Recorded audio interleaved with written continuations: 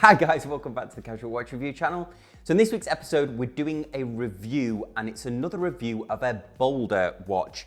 So a few weeks ago, I reviewed this BOLDR Venture, nice little field quartz watch, titanium watch for $150, quite a bargain there.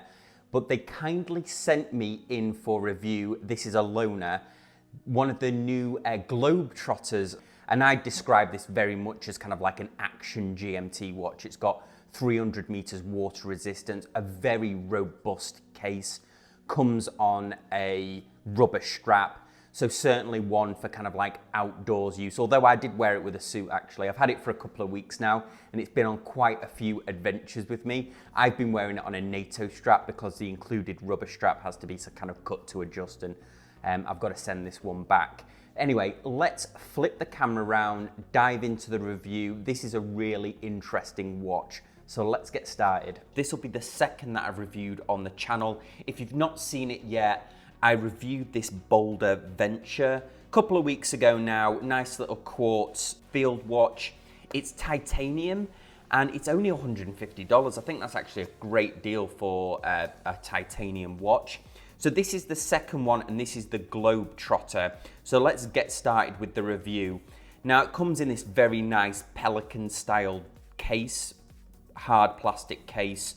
Now before I start with this review, this is just a loaner. This will be going on to another reviewer after me, and BOLDR haven't been given any input in this review, positive, negative or otherwise. This isn't a paid review, although they did let me keep this last watch that I reviewed, so keep that in mind. When you open it up, it reminds me very much of James Bond, some kind of like specialist spy equipment that he's been given, with all these nice cutouts for the strap, for the buckle, and then for the watch itself. We also have the warranty card here, some instructions for the watch, and then a nice included sticker.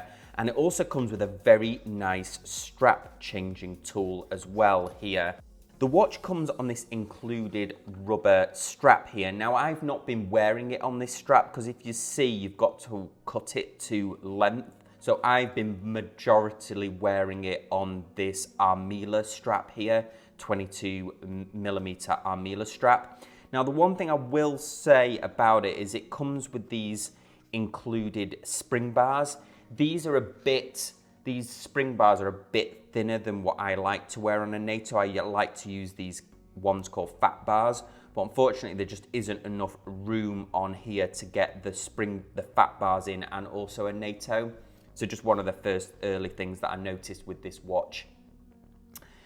What I'll do is I'll put it on the rubber strap now so at least you can see it, and we'll move this box out of the way here. So this is the strap, comes on this decent included rubber strap. We've got BOLDR Supply Company on the underside here, 22mm strap. The deployant buckle on here has got a diver's extension on it as well. So it opens there, and then we have the diver's extension this side. I'm wearing one cotton glove here because I got loads of fingerprints on this when I was doing some test filming of it before. So I've got one ungloved and one gloved, so hopefully that will satisfy the people that don't like the glove and people that don't mind it. Anyway, the strap itself, I've got to admit I'm not a huge fan of it. It's an integrated rubber strap, but yeah, there's just something about it I'm not a huge fan of, but there's nothing wrong with it, probably just personal opinion. But the watch itself, I've been wearing it the last couple of weeks and it's been on many adventures with me over that time, and I've got to say I'm very impressed with it. This is around the $800 mark, this GMT watch, and I think it's worth every penny, quite honestly.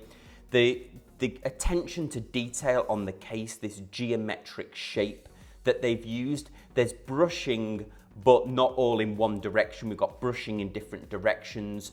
Really gives a lot of eye appeal to the case. The crown itself has a very industrial feel to it. We've got that kind of like knurling on it, and then it's signed on the outside. Very easy to operate, smooth hand winding. This uses the ETA 2893-2 movement, and they've had that specification to the Ellabore standard. This is a GMT movement. It has the quick GMT set hand. If you pull it one direction, it changes the date, And then if you turn it the other direction, then you've got the quick set for the GMT hand, which is a very nice touch. Very similar to that Squale that I reviewed a couple of weeks ago now. The overall look of the watch, it's large, but without being obnoxious. When I first saw it, I thought that's going to be absolutely massive, but it isn't. It fits, hugs the wrist very well. It has a 50mm from lug to lug measurement, which means it's a very wearable size. The bezel on here, now you're going to think that I'm pulling your leg about this, but this bezel on here, honestly, it's one of the best bezels, the best GMT bezels, or probably one of the best bezels that I've seen on a watch that isn't a Rolex. It's bi-directional. It feels like it's on a ball bearing system. It's very smooth, very easy to turn, 60-click bezel on here. This was the first thing that I was amazed at, this bezel, because the only other bezel I felt like this is that Pepsi Rolex GMT that I reviewed on the channel a couple of months ago now. Very impressed with the bezel on here. There's no clicking, no high-pitched clicking. It's very, very smooth to turn. There's no kind of like play up and down in it or side to side. No play at all, really.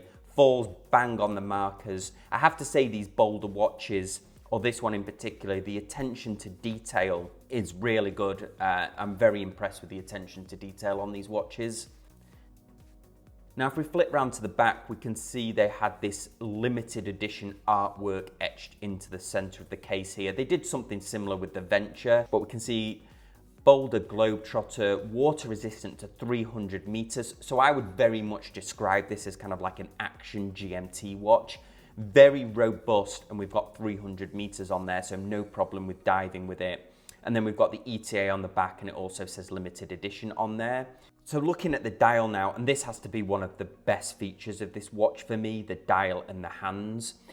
If we look closely here, it's multi-dimensional, this dial. There is some depth. There's probably like at least a millimeter of depth between the rehault here and the dial itself, and that gives it a lot of dimension. Now, we have the bezel, the 24-hour bezel, and this is ceramic, blue and black ceramic, that kind of like Batman style. And the white in here is super luminova. But if you look on the rehault there, there's also another 24-hour track. Now, this is so, I believe, you can have 3 different time zones. So you have the time zone of the main dial, the GMT hand you could have pointing at one of the time zones on the rehault dial here. And then you could then move this to the bezel to be the 3rd time zone, which I think is a great feature. I've never seen that on a GMT watch before that I've owned. So a real nice additional touch there, especially if you work in multiple time zones like I sometimes do. The dial itself with those applied indices, very nice look to it. Matte black dial with those raised indices, again with that super luminova, and they've used BGW9 on this.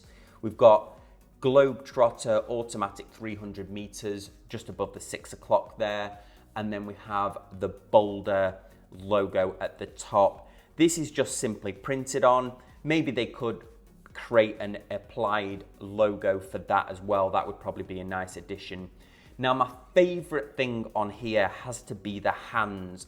Big fan of the orange tip on the second hand there. Although we typically see this rectangle on there on other watches that have more kind of squarish hands, but I still think it looks good on here.